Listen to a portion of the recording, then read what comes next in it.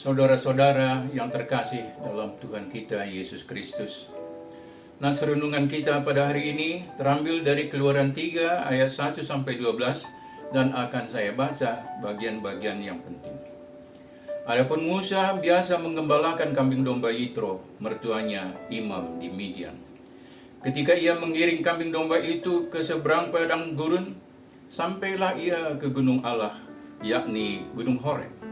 Lalu malaikat Tuhan menampakkan diri kepadanya di dalam nyala api yang keluar dari semak duri. Semak duri itu menyala tetapi tidak dimakan api. Musa berkata, "Baiklah aku menyimpang ke sana untuk memeriksa penglihatan yang hebat itu."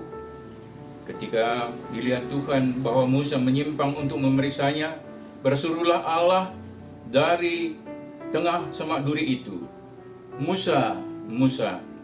Musa menjawab, "Ya Allah." Lalu ia berfirman, "Janganlah datang sedekat-dekat. Tanggalkanlah kasutmu, sebab tempat yang di mana engkau berdiri itu adalah tanah yang kudus."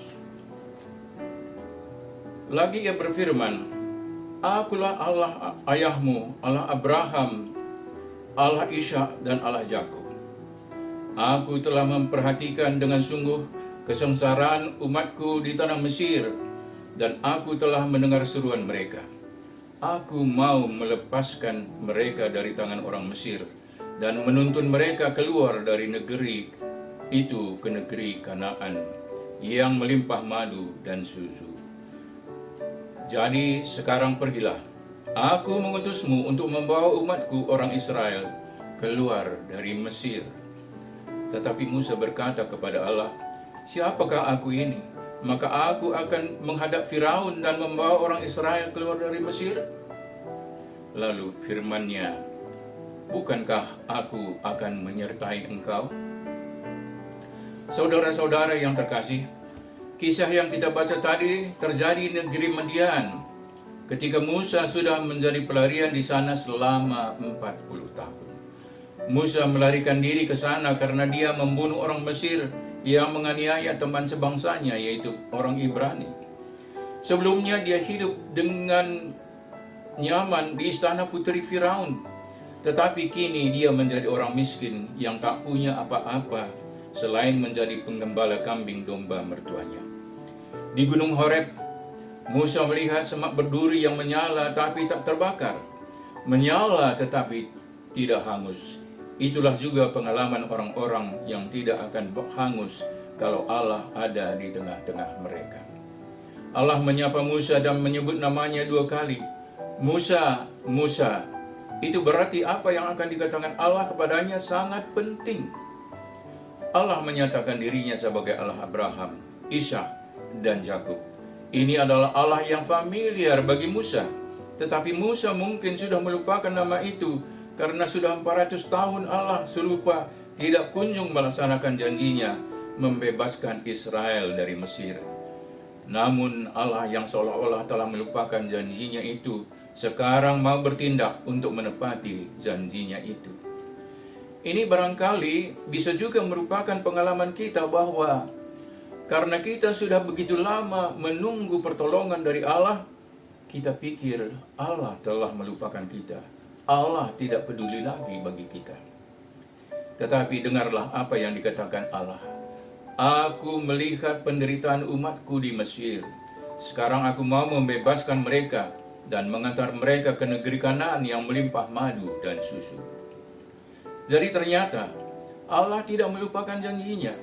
Untuk itu ia mengutus Musa. Mengapa? Sebenarnya Allah bisa melakukan hal itu sendirian.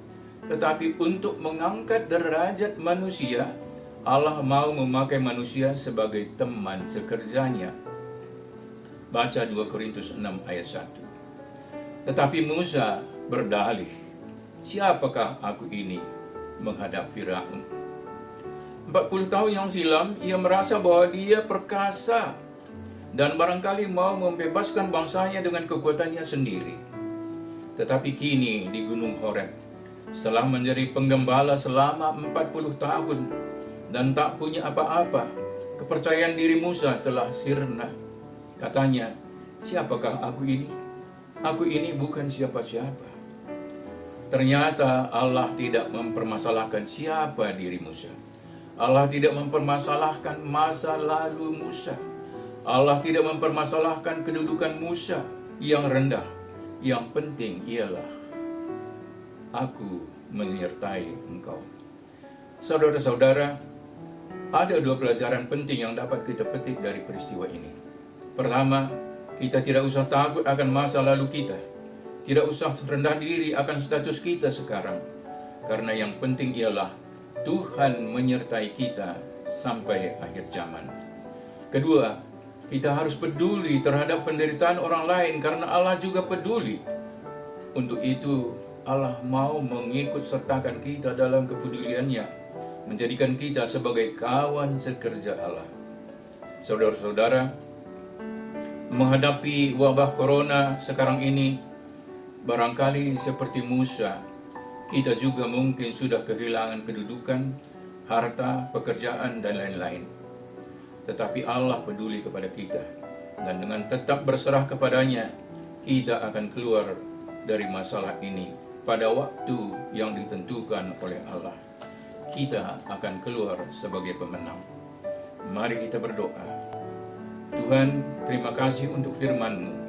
Jangan biarkan kami putus harap, karena kami tahu Engkau senantiasa beserta kami. Dalam nama Yesus kami berdoa. Amin.